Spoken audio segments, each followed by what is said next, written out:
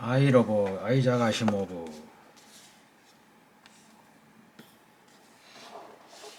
The Eastern Region. A. Area.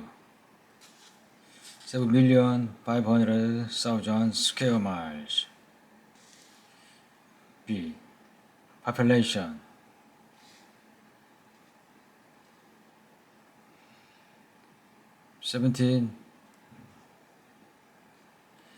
1,700,000,000. C. Capital. Shanghai.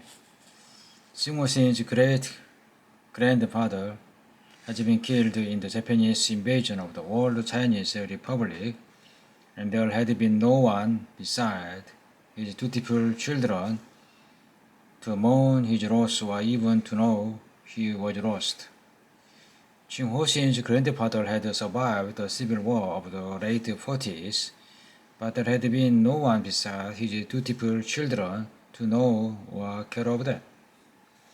And yet, Qing Holin was a regional vice coordinator with the economic welfare of half the people of us in his care. Perhaps it was the thought of all that in mind. Qing had two maps as the only ornament on the wall of his office. One was the world hand-drawn affair tracing out of an acre or two of land and marked either now outmoded pictograph of old China. A little Greek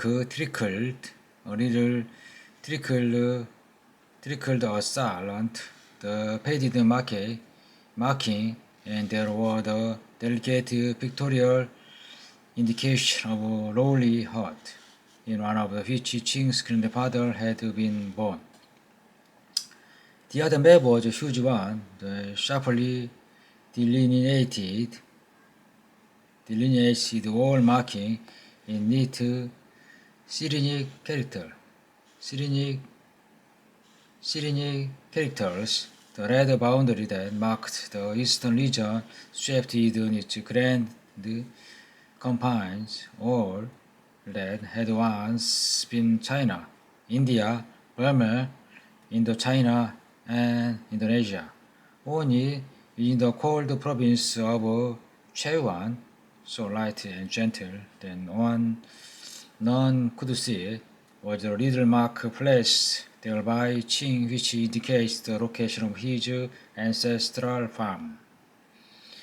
Qing stood before these maps as he spoke to Stephen Bailey in precise English. No one knows better than you, Mr. Coordinator, that my job to a large extent is a sinecure. It carries with it a certain social standing, and I represent a convenient focal point for administration. But otherwise, it is a machine. The machine does all the work. What did you think, for instance, of the Tencent hydroponic works? Tremendous, said Barley. It's about one of the dozen, and not the largest. Shanghai, Calcutta, Batavia, Bangkok, they are widely spread, and they are the answer to feeding the 1.75 billion of the East. Yet, said Bailey, you have an employment problem. There is tension. Can you be overproducing? It's incongruous to think of Asia as suffering from too much food. Qing's dark eyes crinkle at the edges. No, it has not come to that yet. It's true that over the last few months, several bats at Tianjin had been shut down, but it's nothing serious. The men had been released only temporarily, and those who do not care to work in other fields had been shipped to Colombo in Ceylon, where a new plant is being put into operation.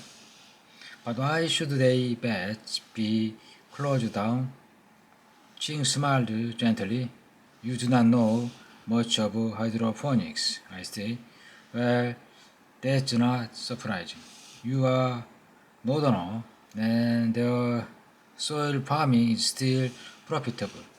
It's fashionable in the north to think hydroponics and is thought of all as a device of growing turnips in a chemical solution, and so it is in an infinitely complicated way. In the first place, by far the largest crop we deal with, and the percentage is growing is yeast. We have about 2,000 again strain of yeast in our production, and new strains are added monthly. The basic food chemical of the various yeast are nitrates and phosphates among the inorganic together with the proper amount of the trace metal needed, down to the fractional part per million of boron and molybdenum which are required.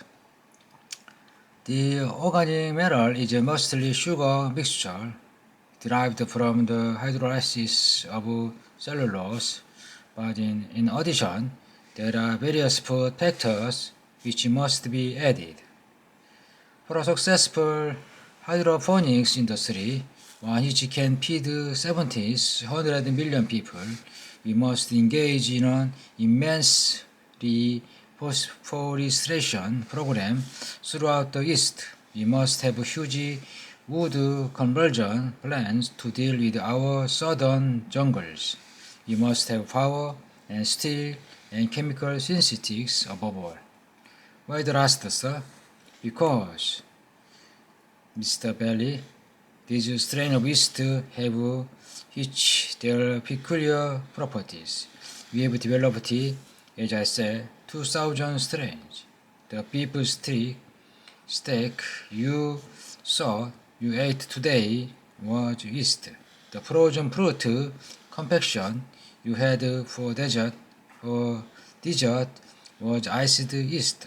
You have filtered yeast juice with taste, appearance, and all the food value of milk. It's flavor more than anything else, you see, that makes yeast feeding popular, and for the sake of flavor, you have developed artificial, domesticated strains that can no longer support themselves on a basic diet of salt and sugar. One need biotin, another need petroleal glutamic acid. Still others need 17 different amino acids supplied them as well as all the vitamin B but one, and yet it's popular and we cannot, with economic sense, abandon it.